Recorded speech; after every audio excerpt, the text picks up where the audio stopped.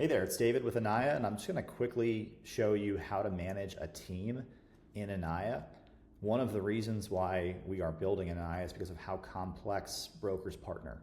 And so some teams, maybe 2 or 3, and you want to understand aggregated data and make sure you're not stepping on each other's toes, and just have a centralized repository with analytics and where deals stand.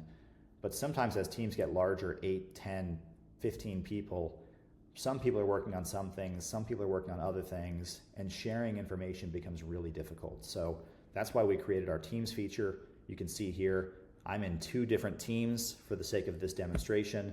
I might be in a practice group of brokers across the country, and I might also be in a local market team. And so you can actually save specific information to go to the teams.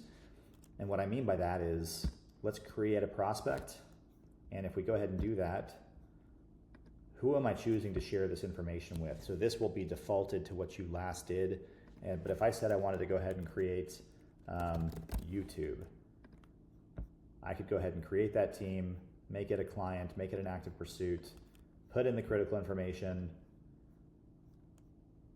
add the key contacts, and then add who my actual partners are, which may be all the people on the team, but it might just be specific members of the team. And now that we've done that, we can go into the team, and you can see here, David Young shared account YouTube.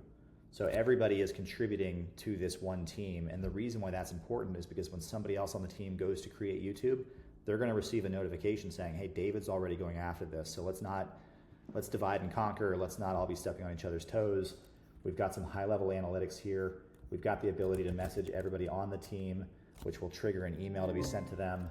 And we can see an analytics display of the number of the total commission amount we have out across all leases and contracts and all representation types, how many deals are in the works, what the new business development of number of prospects added in the last 30 days, what our leases out and closed deals looks like over time, both in a square footage and gross commission amount, and then the number of sales activities.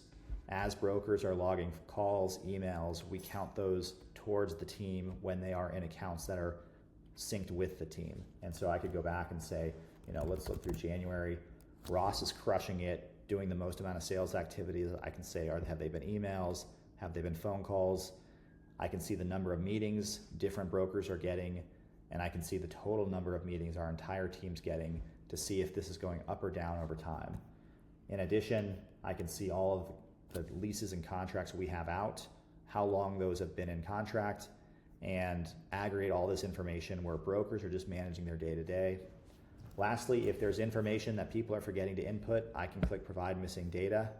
I can see here Ross has a deal that he has missing size and commission information for, so I can go ahead and click Contact Team Member, which will generate an email that I can just click Send to.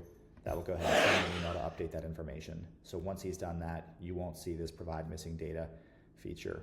I can also see all of the companies we're going after, and I can see the information that I'm on as well as the information that I'm not an actual partner on. And so I see here Ross has created Evernote. He's working on that by himself. He's choosing to share some information with the team, but if I know something about Evernote, maybe I'm in a practice group in another city and I hear that they're in the market, I can actually contribute something and say, you can see here I saw they're in the market for 40,000 square feet with Newmark. I can request partner access to join that, and that will prompt a notification to go to Ross about that specific piece of market information. In addition, if you have weekly meetings, monthly meetings, a lot of the feedback we've heard is just, we can start with clients. Let's run through clients. Let's go to high priority. Let's run through all of these different things. Let's go to intro meetings and discussions. Let's go to active pursuits. And let's walk through these in a weekly or monthly meeting to make sure we're staying on top of things so that we have all of the information we need so that we can build a real wolf pack of a team across all of our occupier rep, across all of our landlord rep, and across our entire business. So hopefully that's helpful. Shoot me an email if you have any questions. I'm at david@anaya.co. But this has been a really powerful feature for a lot of really powerful teams, and so we're really proud of it. If you work with one person, if you work with 20 people, it works the exact same way for either option. So hopefully it's helpful. Look forward to hearing from you.